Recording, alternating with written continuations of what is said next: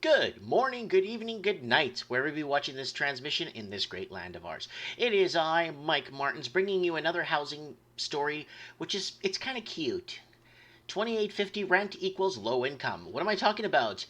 Un-freaking-believable as the city lists a suite for low income. The city is doing this. The city. It's not some guy renting a tent in his backyard for $1,000 a month, which we've seen before. The city. It says low income families on Craigslist. 2850 a month. Woo! All right, let's see. 2850 a month. 2850 a month. The City of Vancouver-owned suite was rent only affordable for those earning more than double the median household income for Vancouver renters. The ad has since been removed. Neighbors were stunned to learn recently that the city owned property in the West End intended for affordable housing was advertised on Craigslist at a price uh, decidedly unaffordable, even for average renters, let alone the low income families for whom the home was intended. The three-bedroom suite in the neighborhood where such units are famously scarce is part of a collection of homes purchased and renovated by the city at taxpayers' expense decades ago to provide the affordable homes for low-income families in the neighborhood. The unit in question had, for the last 7 years, provided an affordable home for a local teacher, Danny Loffer, and his spouse and their two children. When the Loffer's family moved out this year, they hoped the local family they knew would be able to move into the unit. That family, which was a boy and a girl, is currently living in one of the bedroom apartments in the West End and would have jumped at the opportunity to move into a three-bedroom home in the neighborhood that was actually affordable. However, they were shocked to learn that Laferra's former unit in the Heritage Home was being advertised on Craigslist for $28.50 a month, far beyond what the hopeful family could afford. So Laffer wrote a letter on Saturday, August 17, to Vancouver's mayor and council, also copying the West End Cole Harbour MLA Spencer Chandra Herbert and Provincial Housing Minister Selena Robertson, expressing his dismay that the city taking away precious family housing that exists and replacing it in the market rate with the market rate housing that is not geared to families. Guys, that's only speculators pay those kind of prices, okay? It's only rich foreign investors that come here that pay them kind of prices. Local Canadians that work full time, invested to the infrastructure, where their parents and grandparents and great grandparents gave their lives to this country. No, this is for rich investors, guys, okay? I just don't get it, LaFleur said. When reached by phone, everybody on council now ran on the platform of housing. What's going on? You see what's going on, guys? Do you see what's going on with this crap? We sold our countries out. We sold our jobs out. 25 years later, they're back to buy us out.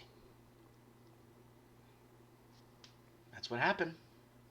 Now we're in the service sector. Now we got to provide service for a bunch of people that,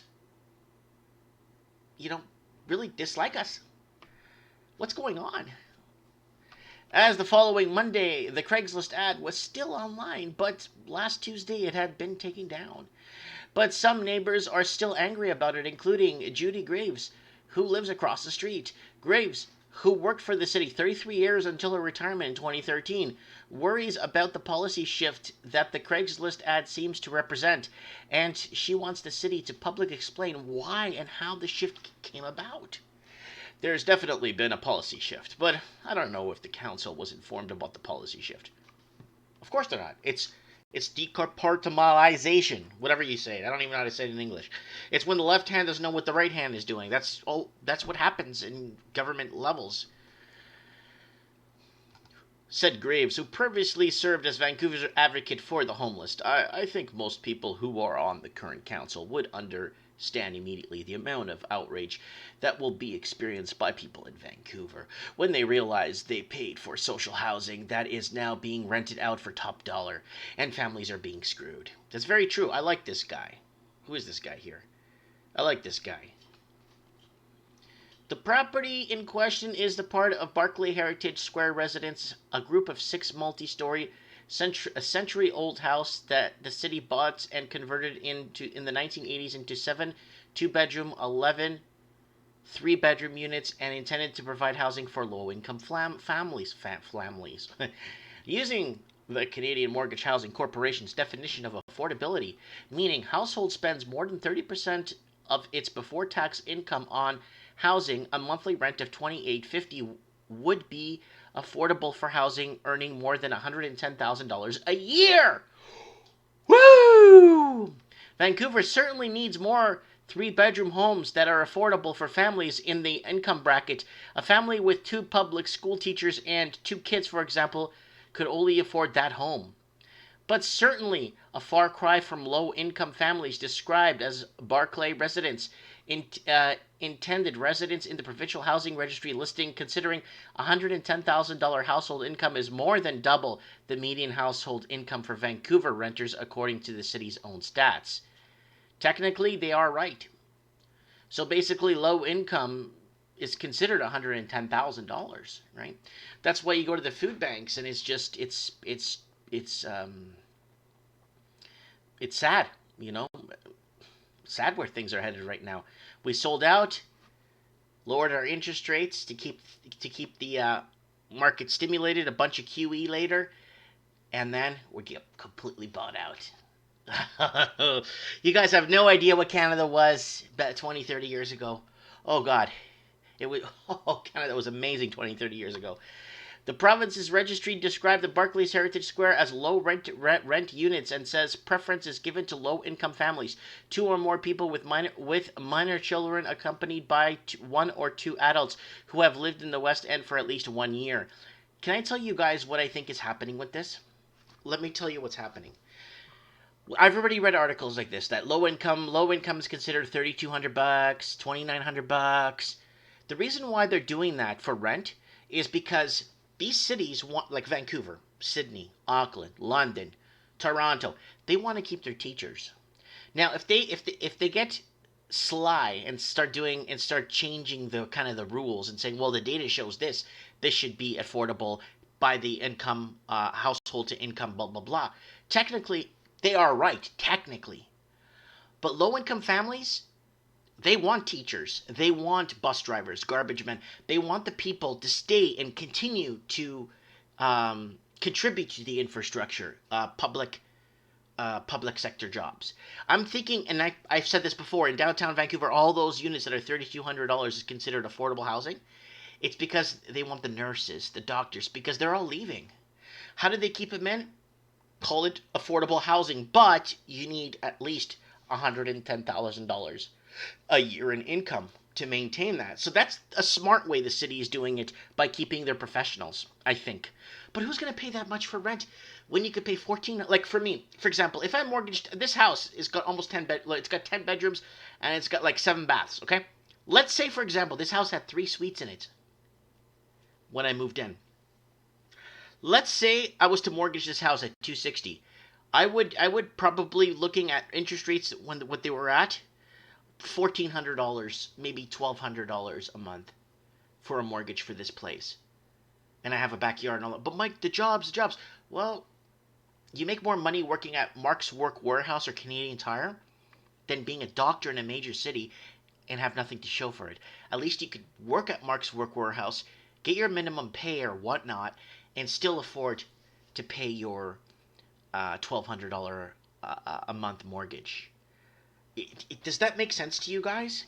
So what's the point of getting all this university and all that stuff when you're going to be on the hook for the rest of your life for all this crap?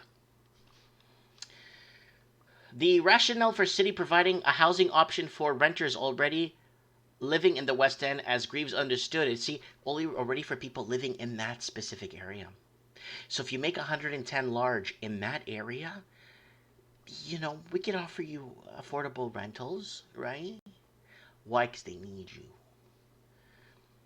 Was so that families who had been displaced through no fault of their own, or renoviction or demoviction, for example, could remain in the neighborhood and wouldn't need to yank their kids out of school. That's a very clever way of putting it, in my opinion. It's just my opinion, guys. I don't know anything, right? But the city apparently is looking to change the way these homes will be used in the future. City's operating agreement with BC Housing for Barclay Heritage Square expires on October 2020. City spokeswoman Lauren Stasila said in an emailed statement that the city is now reviewing the rent structure that will address both affordability levels and the financial sustainability of Barclays Heritage Square as units become vacant.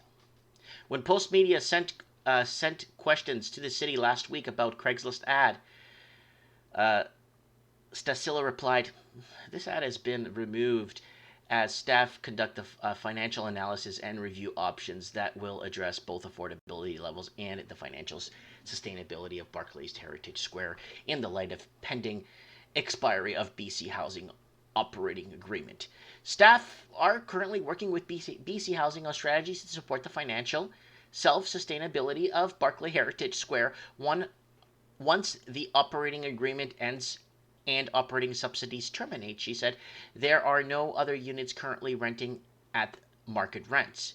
So they're going to be renting this stuff at market rents, guys, just so you know, because they need to keep those professionals in the city. If it's actually for like homeless people that really need a place to live, a homeless family that's going from shelter to shelter, they need to make 110K a year to get in there, right? So that's just how it works, guys.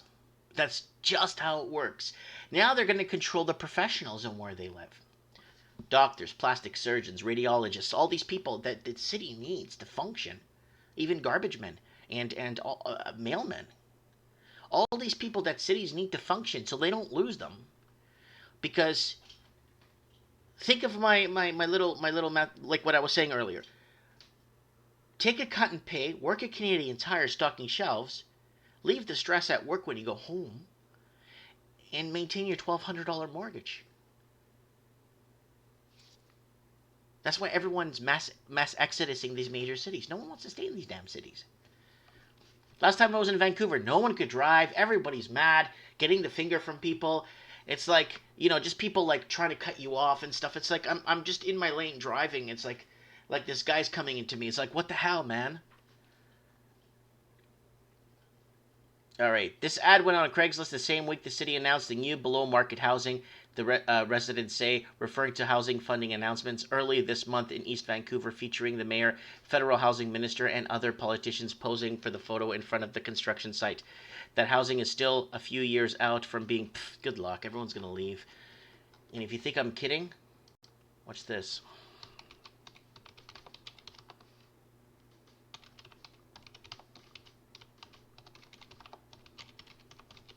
Watch this. This is an old article. Updated March 2018. Aboriginals and whites leaving Metro Vancouver. A net total of 9,345 whites and 460 Indigenous people left Metro Vancouver for other parts of the province. This is in 2016. And this is according to StatsCan. StatsCan, sometimes, they're full of crap, right? So with the locals in the area mass exiting, they came to these areas like where I'm in, Merrick. Like, I'm one of these statistics myself. I came here. I'm not going to spend $2.4 million, and the same house here where I live in Merritt is $260. So what? It's oh, but what about jobs? Look, I've created my own jobs. That's how it works. It's a fight to survive. It's the thinking outside the box, right? But yeah, I just wanted to kind of throw that out there for you guys. You know what I'm saying?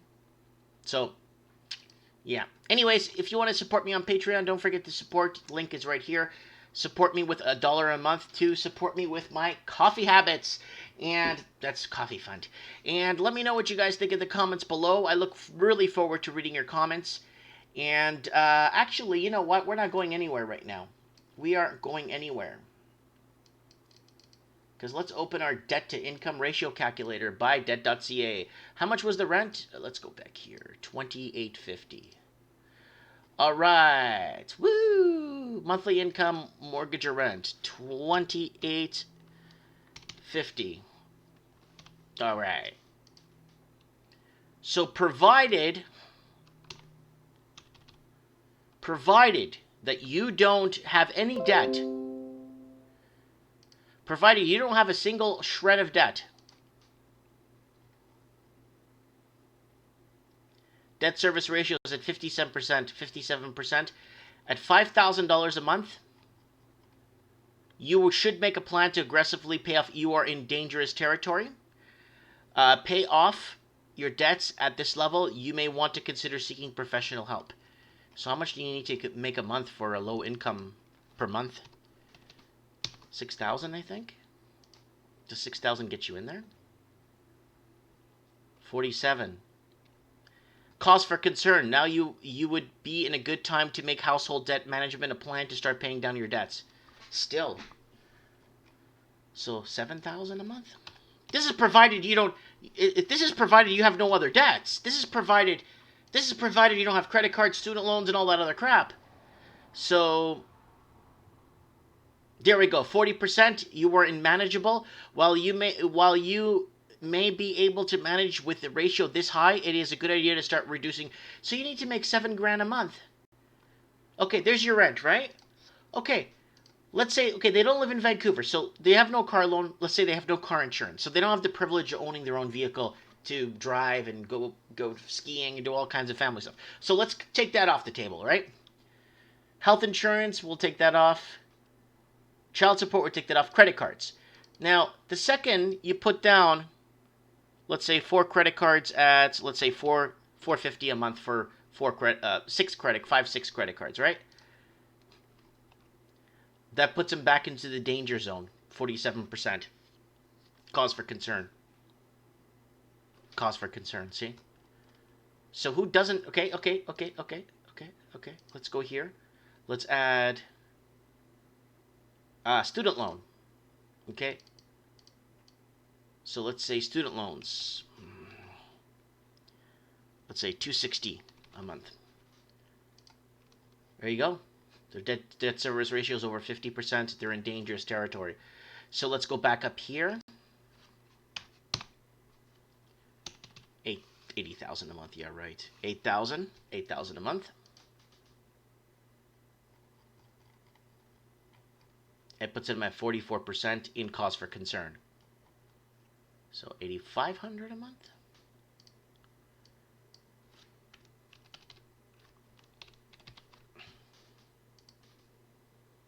And that puts it at 41%. It puts it in the manageable area.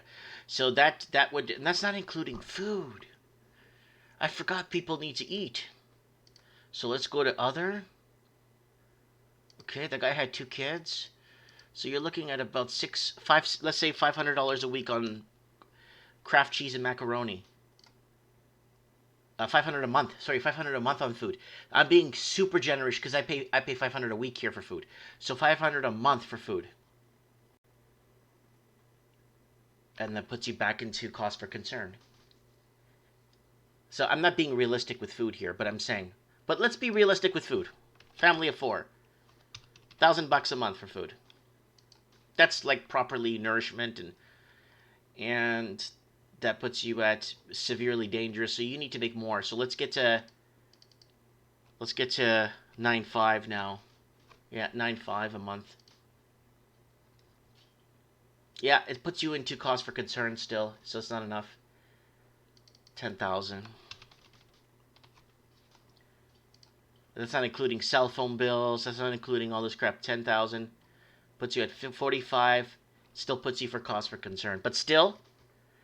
That's 10,000. That's $120,000 a year you need to make to be able to afford the 2850 low-income housing in Vancouver. Let me know what you guys think in the comments below. I look forward to reading your comments. There's Patreon right there. Support me with a coffee a month. Thanks for watching. Thanks for taking the time out of your day to watch this. Thank you.